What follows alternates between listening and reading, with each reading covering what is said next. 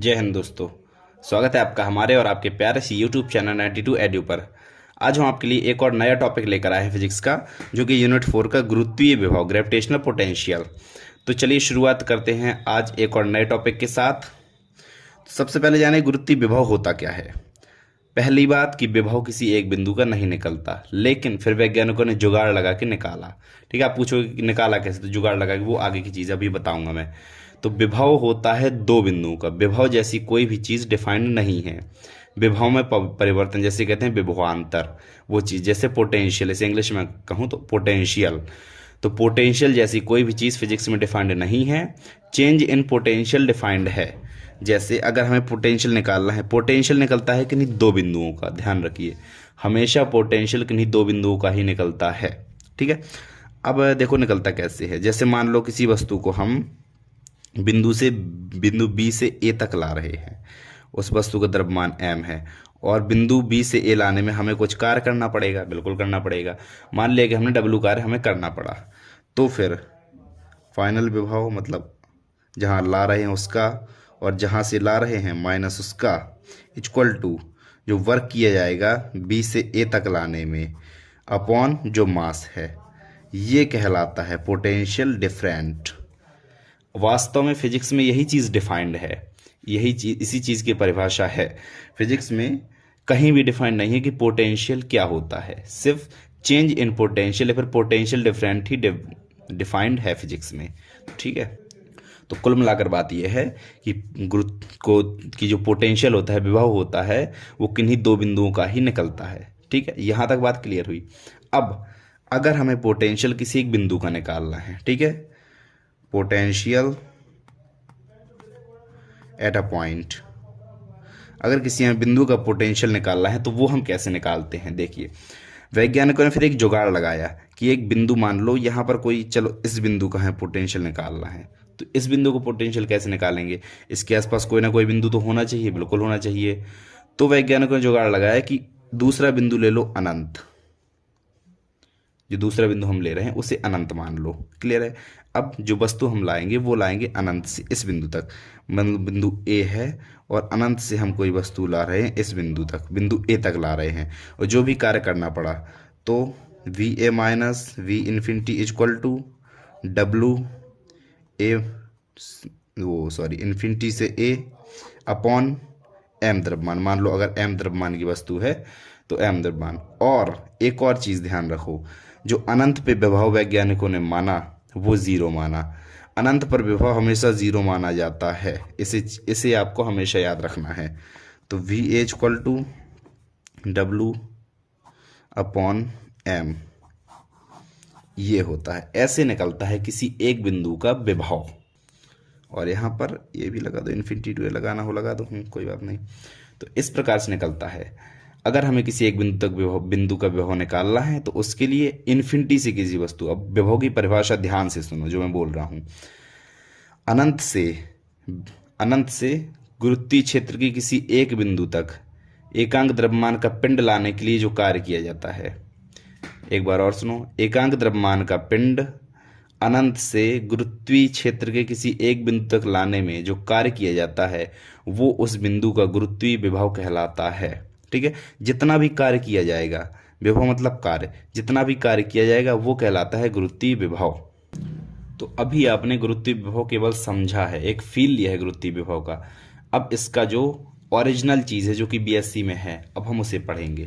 तो इसका ओरिजिनल एक फॉर्मूला है जिसे हमें डिराइव करना है, और फॉर्मूला किस पर बेस्ड है कि किसी एम द्रव्यमान के पिंड के कारण गुरुत्वीय विभव, ठीक है, एम द्रव्यमान के मास के कारण, एम मास के पिंड के कारण ग्रेविटेशनल पोटेंशियल। तो चलिए अब इसे पढ़ेंगे हम।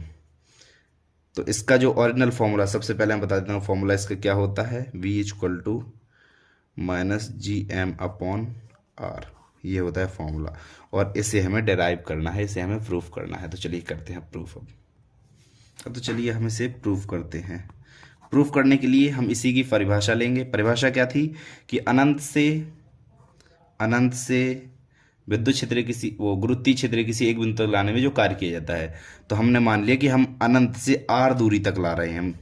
ये मान लो, यहाँ चित्र बना लेता हूँ। ये मान लो कोई m द्रव्यमान का पिंड है, तो अनंत से हम दूसरा एकांक द्रव्यमान का पिंड यहाँ से यहाँ पर कहीं ला रहे हैं, जो कि डिस्टेंस है r, बिंदु ए पर ला रहे हैं, अनंत से बिंदु ए पर ला रहे हैं जिसकी डिस्टेंस है r। तो अनंत से r तक लाने में जो कार्य किया जाता है वो कहलाता है गुरुत्वीय विभव। तो अनंत से r की लिमिट लग गई। ठीक है, यहाँ तक ठीक है, यहाँ तक क्लियर है। अब जो कार्य किया जाता है, कार्य मतलब W जो कार्य किया जाता है इन्फिनिटी टू a। अब एक चीज़ सुनो, यहाँ पर माइनस क्यों आया? विभव हमेशा ऋणात्मक होता है। विभव जो है एक ऋणात्मक राशि है। ऋणात्मक राशि क्यों है? क्योंकि इसमें गुरुत्वीय क्षेत्र द्वारा स्वयं पिंड पर कार्य किया जाता है। जो गुरुत्वीय क्षेत्र होता है उसके द्वारा पिंड पर कार्य किया जाता है, इसलिए गुरुत्वीय विभव जो होता है वो ऋणात्मक होता है। क्लियर है? अब v इक्वल टू, ये मान लो a है तो चलो इसे वी ए ले लो, कि हम a का मतलब हम a की निकाल रहे हैं, a पर गुरुत्वीय विभव कितना होगा। ठीक है, अब minus infinity to r, limit तो लगी है हमारी। अब कार्य बराबर बल गुणे विस्थापन, यहाँ तक ठीक है। कार्य बराबर बल गुणे विस्थापन होता है। अब बल, यहाँ पर बल क्या होगा? बल क्या लगा रहा है? इंटेंसिटी मतलब तीव्रता। जो गुरुत्वीय क्षेत्र की तीव्रता है वही तो इस पर बल लगा रही है ना, अपनी तरफ खींच रही है इसे। तो इंटेंसिटी जो है, जो तीव्रता है, वो बल का काम करेगी यहाँ पर, तो आई। ठीक है, और ये एक सदिश राशि तो आई वेक्टर। बल गुणे विस्थापन हम इकट्ठा नहीं लाते यार दूरी तक, हम धीरे धीरे छोटे छोटे भागों में डी आर ऐसे डी आर करके, सो डी आर, ये हो गया विस्थापन। बल गुणे विस्थापन, कार्य बराबर बल गुणे विस्थापन। आई मतलब इंटेंसिटी तीव्रता मतलब बल, और डी आर हो गया विस्थापन। ठीक है, यहाँ तक क्लियर हो गया। अब V A equal to minus infinity to R, और अगर आपने पिछला वीडियो देखा है तो आई की जो वैल्यू होती है minus G M upon R square होती है, इंटू आर कैप। अगर हम सदिश रूप की बात करें तो इंटू आर कैप होता है, और डी आर वैक्टर। अगर आपने पिछला वीडियो देखा है तो आपको ये पता होगी, minus minus plus infinity to R and G M upon R square, R cap D R vector. ठीक है, चलो माइनस माइनस प्लस हो गया। अब आगे देखते हैं क्या होता है। जी एम बाहर आ जाएगा क्योंकि ये कांस्टेंट है, and infinity to R 1 upon R square into D R. अब यहाँ से डी आर बस कैसे बचा?